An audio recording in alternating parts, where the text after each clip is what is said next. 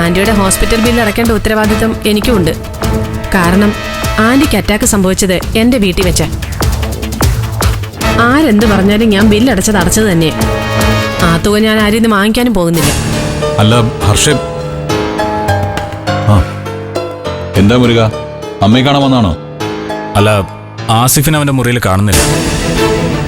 അവനിങ്ങോട്ട് വന്നോന്നറിയാൻ വന്നതാ. അവൻ എന്റെ മുമ്പിൽ വരാനുള്ള ധൈര്യം ഉണ്ടോ മുരുക?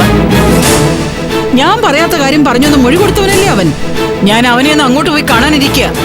ഏതോ അവന്റെ വാർഡ്. വാടി എന്നൊക്കെ അവൻ മുങ്ങിട്ട് കുറെ നേരമായി. ഹോസ്പിറ്റലുകാർ പോലീസിൽ പരാതി കൊടുക്കാൻ പോവാ.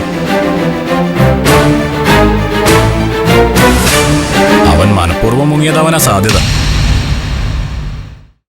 ഇന്ന് രാവിലെ ജീവൻ രാജന്റെ ഡെഡ് ബോഡി പുഴയുടെ ഭാഗത്തുനിന്ന് കിട്ടിയിട്ടുണ്ട്.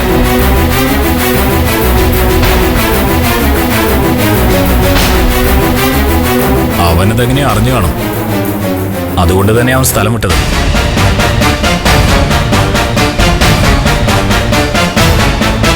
ആന്റിക്കും ഹർഷ മേഡത്തിനും അവനെ കുറിച്ചൊന്നും അറിയില്ലല്ലോ അല്ലേ? ഇല്ലടാ മുരുക, ഇവിടെ കിടക്കുന്ന ഞാൻ എങ്ങനെ അറിയാനാ?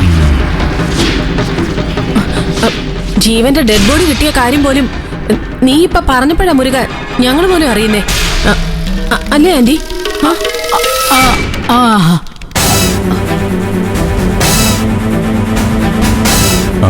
മഞ്ചാടി അവര് വീട്ടുകാരെ അറിയിച്ച മുരുക?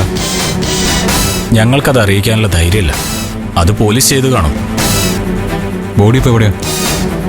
ജനറൽ ഹോസ്പിറ്റലിന്റെ മോർച്ചറിയില്ല. ഞങ്ങൾ അവിടുന്ന് ആസിഫിനെ കാണാൻ ഓടി വന്നതാ. പാതിരാത്രി അവൻ ഇറക്കിക്കൊണ്ട് പോയവൻ തിരിച്ചു വന്നു അവനെ അറിയിക്കണമല്ലോ. ജീവനെ അവൻ മനഃപൂർവ്വം കൊല്ലാൻ കൊണ്ടുപോയതാന്നാ എനിക്കിപ്പോ തോന്നേ. അവനെ ഞങ്ങൾ പൊക്കും. അവനെ മാത്രമല്ല, അവന്റെ പിറകിൽ ആരെങ്കിലും ഉണ്ടെങ്കിൽ അവരെയും പൊക്കും. വാടാ.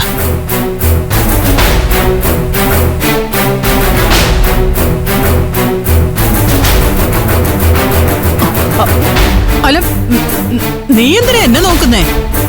ചേട്ടാ, എനിക്ക് ആസിഫുമായിട്ട് ഒരു ബന്ധമില്ലെന്ന് ഞാൻ പറഞ്ഞല്ലേ. അവൻ മുങ്ങിയതുപോലെ എന്നെ പേടിച്ചിട്ടാവാനാ സാധ്യത. ഞാൻ അവനെ കൊണ്ട് സത്യം പറയിപ്പിക്കുന്നു അവനറിയാം. ആര് പറയിപ്പിച്ചില്ലെങ്കിലും സത്യം ഒരു ദിവസം പുറത്തു വരുമേ.